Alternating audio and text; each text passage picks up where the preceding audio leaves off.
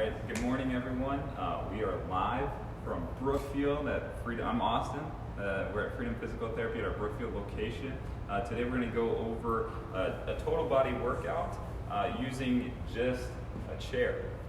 And the reason we're going to go through that, because this kind of an activity, or these types of activities I should say, is going to appeal to a wide variety of people. So number one, you see this used a lot with the elderly population, and we'll kind of circle back to why in a second. But number two, this is great for office professionals, people that are stuck at a desk all day, and students, because those students are also stuck at a desk all day. So chair exercises are great. They're not just for a certain patient population. They really can be used and performed by everybody. So that's why we're going to do these. The reason that chair exercises are great, there are a few. Number one, it's efficient, like we said. Only need to use the chair. That's really all the equipment that you need. There's a couple of other things that you can use to work in there, like free weights if you have them, which we may be able to go grab in a second. You can use like just items around your house, sticks, like things like that will help. But all you really need to do or to use is the chair. So that's one reason. The second reason is because it's we talked about the low equipment demands, but it's also efficient. You can do everything in terms of stretching, strengthening, and balance work without going anywhere. So that's why it's really nice for office professionals. If you're stuck at your desk, you have a job where you can't really get out, you can't go out and do things, you still need to be conscious of not falling into bad posture and strengthening those postural muscles. So you can do that right from your chair. You don't even have to go anywhere. Third reason is it's a great way to work on strength, mobility, balance, all those things which we know decline with age. And so if you are somebody who is a little bit older, these are great to prevent and delay some of those things that we know are going to kind of decline with as we get older. So, and the last thing is it's low impact. So some people have maybe some osteoarthritis, some joint problems, some things that make getting up and putting weight into your body, weight-bearing activity, a little bit challenging. And so by doing these exercises in the chair, you're unloading your joints. Most of them, we don't have to get into the specific, but for the most part, you're doing this in non to partial low weight bearing, which should be really nice on the joints. It should feel pretty good and not be too much of a problem. So what we're going to go through using the chair are we're going to go through a couple exercises that look at strength or stretching, upper body strengthening, lower body strengthening, and balance. And so I'm only going to touch on a handful in each category. And I'm going to give you the how to do it, and I'm going to tell you a little bit of how to progress it. And that should be a really good starting point. There's a ton more that I'm not going to include today, but just for now, this is going to be a really good spot to get started with. So without further ado, I'm going to pull the chair over. You guys can see me pretty well from here. So we'll start with our stretching. And so just sitting down like this, we're going to start with the upper trap stretch, which is key, because what a lot of us do when we're sitting at our desk job is we're going to get close to our computer and our head's going to come forward. That's going to actually tighten down the upper traps, and it's going to make us really, we're going to sit in bad posture, and it's not going to be very good for like long-term health of that cervical spine. So what we want to do is we want to get back in good posture. We want to stretch out those upper traps. So you're just going to sit up, and it's very easy. You take your ear to shoulder, put your head on top of your head here. We're just going to lean one way. So that's stretching my upper trap on this side, which is great. And then we're going to go the other way. So that's how you stretch upper trap. That's a really great stretch to remind yourself. You only have to hold it for like 30 to 60 seconds. Not that bad. Do it once or twice an hour, just to get yourself into the habit of keeping that muscle long and not getting stuck here at your computer or here at your desk if you're a student. Going from there, another great stretch is the spine stretcher. So you're just going to take both arms, you're going to go right above your head, reaching really high as you can. Hold that. So here we're just trying to stretch everything out, going up and coming back down. So another great stretch, with all these stretches, the same kind of parameters are going to apply. So you want to hold it for at least 30 seconds, anything longer than like 2 minutes isn't going to give you a ton of benefit. So we get asked that a lot as therapists, how long should I hold it? You should hold the stretch for longer than 30 seconds, but if you go any longer than 2 minutes, you're probably doing a little bit more harm than you are good. So anywhere in that area would be fine. Do it a couple times, then move on to the next stretch. So you've got upper trap, you've got the spine stretcher, that's what we call it. And then another great one is the pretzel twist. So you just give yourself a big hug, and you turn. And we're trying to get some of the core muscles here that do rotation. And we're trying to stretch out that way, and then we come the other way. And if you have a chair with arms, you can get a little bit more by grabbing on, just like that. And again, I'm cutting it a little short just for the sake of going through everything.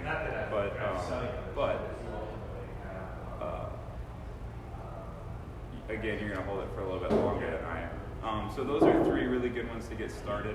I always tell people, once or twice an hour, hopefully more like 2 or 3 times an hour, just to get you out of that habit. So like once every 20 minutes, just to break the habit of this bad posture position into this good posture position and stretching those muscles. So we'll move into strengthening. There's a couple good ways to strengthen the upper extremities. One way, just from sitting right here, is just bicep curls. So I don't have any weights, but you're just bringing your arms here and back and down. So for all these strengthening exercises, we say like 2 to 3 sets of 10 a few times a day. If you have a backpack, you can just pull that right up. If you have free weights because you're doing this in your home, you can pull that up. So one of the most typical weights that you'll pick up in your home is like 2 pounds for things in your kitchen. So you can grab a soup can and do that. So there's a lot of easy ways to work without having to have gym equipment. So bicep curls, it's going to be 2 to 3 sets of 10, really easy. All you're doing is just bringing that arm to the shoulder, keeping the elbow right where it is. It's a hinge joint, you're just hinging on it. Let me check here. What else I wanted to go over?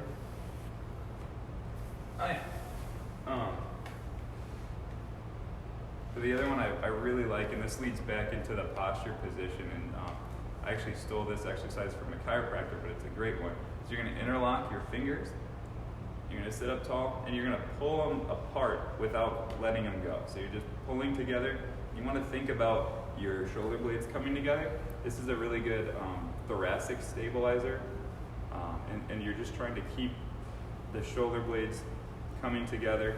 It's an isometric exercise, so you're not really moving anywhere, but it is turning on those scapular retractors and off, which are going to be huge because those come forward, your shoulders come forward when you're sitting in that bad posture. Those muscles get lengthened, and then they become kind of bad at getting you back into the right posture. So really good posture one, thoracic sets, your scapular retractions. Again, brief hold, but you're doing 2 to 3 sets of 10. We've got that one. You've got your bicep curls. I also like triceps push-ups. So right here, you're just pushing up toward the ceiling. Again, if you have weights you can use, that's a really great way to work on it.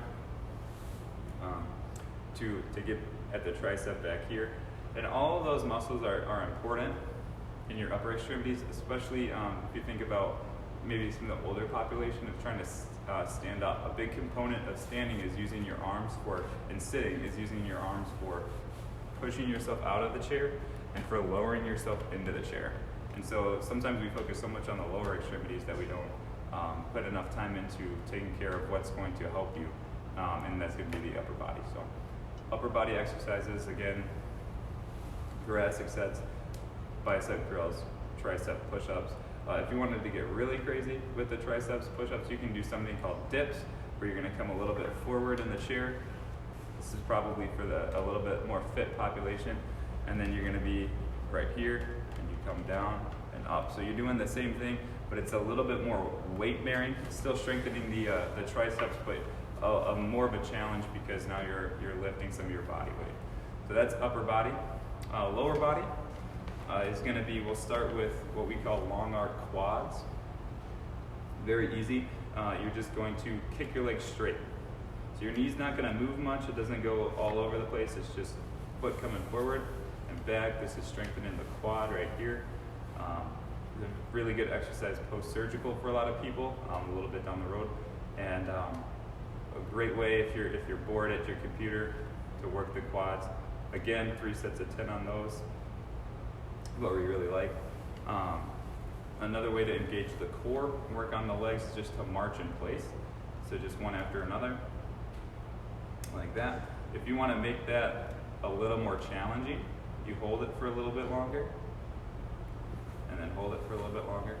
So that's one way to work the core into your lower body workout. If you want to make that even harder, you march, hold, and then add a long arc quad into it, and then come back. So, but these are great because they're non-weight bearing. I don't have any weight going into my knee joint, so this feels pretty good for a lot of the older folk that have maybe some osteoarthritis or problems bearing weight into the joint, maybe a meniscus injury, where it's going to feel better when you're not putting weight into the joint. This is great for that. Oh, and then the last one, there's kind of 2 ways you can attack it, but it's just getting up out of the chair. And you wouldn't necessarily think that's an exercise, but it's basically the beginning of your squat. I know we've done some other videos in the past, go check those out on squat mechanics and things of that nature. But what you're trying to do is you just come out of the chair, push up. And one of the things that we have to talk about a lot is you actually want to come forward before you go up. So what we're trying to do is strengthen the quads, the glutes, pushing up and out like that. A lot of people will actually stand up and push backwards into the chair like this, and then that sets you up to have poor balance, because then you're going to push the chair from underneath you. So correct squat mechanics or sit to stand mechanics, try to find a chair with arms, feet shoulder width apart, come forward, push up, use your arms a little bit, stand up. So that, again, 3 sets of 10 usually is what we're looking for there. The progression of that, instead of sitting up, you just take your chair, you turn it around a little bit, and then mini squats. So now you're getting into, instead of non-weight bearing, you're getting into partial weight bearing. But you grab the back of the chair for balance, mini squat. So I'm not going down to 90 degrees of a bend, and I'm not going really low, but I am still engaging the glutes and the glutes and the quads to help, and this is helping me with my sit to stand. So that's a great one. So for the lower body ones today, long arc quads, marching, and then sit to stands or mini squats, whatever works for you. Always like to use the back of the chair for balance, and that's going to lead into our last series or set of exercises here. It's just the balance one. So balance is something that should not be neglected, because like we said earlier, we know that it declines with age. So you want to make sure that you're training your balance system so that you're keeping ahead of it. You're not you're decreasing your risk of falls. You're staying safer. So the easiest way to do that, or one of my favorite ways to do that, is tandem stance, which is going to be one foot. The heel of one foot is going to be touching the toe of the other foot. So if you notice, I always do this next to my chair. You just get up, stand here for balance. So if you wanted to be extra safe, you would face it, have your hands hover over it. So if I lose my balance, I can still grab on. But what you're trying to do is stay above it, even weight distribution, and not go anywhere. That's what you're trying to do. And then we switch to the other side, like that. Okay. So that's one balance exercise. The other balance exercise I really like is just single leg stance. So just taking one leg and removing it from the ground. So it's very easy. You just lift one. You're going to try to stand like that. And then we do it on the other side. You're trying to hold this again for as long as you can, probably closer to that 30-second mark if you can do that, which I think is really, it can be pretty challenging early on. But you're looking to get for 30 seconds, trying to control your body and not compensate like I just did right there. A couple ways to make the balance exercise harder would be to decrease your vision or to make it a more challenging surface that you're standing on. So the easiest way to do that in a home environment, obviously to decrease your vision, is just close your eyes. That's going to make it a lot harder. especially if you haven't been training this way before. So be careful. That's why I always say do these with the chair because they're going to help you with your balance. But if you close your eyes, it's going to be a lot harder for you. That's one way. The other way is with the surface. We have a couple of foam cushions in here. If you've been into Freedom before, you've seen us probably use the foam cushions with you. At home, what I always tell people, if you have a pillow, maybe on a guest bed that you don't use, or if your couch cushions can come off, those are two really cushy surfaces that somewhat mimic the foam that we have. That would be a great challenge. So then you're just standing on top of the pillow, but you still work on tandem stance. It's going to decrease your like feeling from your foot into the ground. It's going to be a more unstable surface. It's going to make it harder for you to challenge. You can also do the mini squats with the unstable surface, or the sit to stands with your feet on the unstable surface as a way to make that one harder as well. So I think that's about all the time that we're going to have for today. I hope that it was helpful for you guys. I hope you saw a lot of why just using just a chair in your home without any equipment can be really helpful.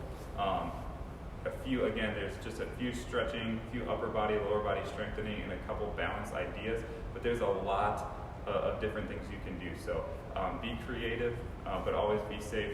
Stay next to your chair. Make sure you don't fall, anything like that, but really great way to do a total body workout. Make sure you stay fit, and you're preventing and delaying some of the effects that we know occur from aging and things like that. So thanks for tuning in. We really appreciate it, and hope to catch you next time.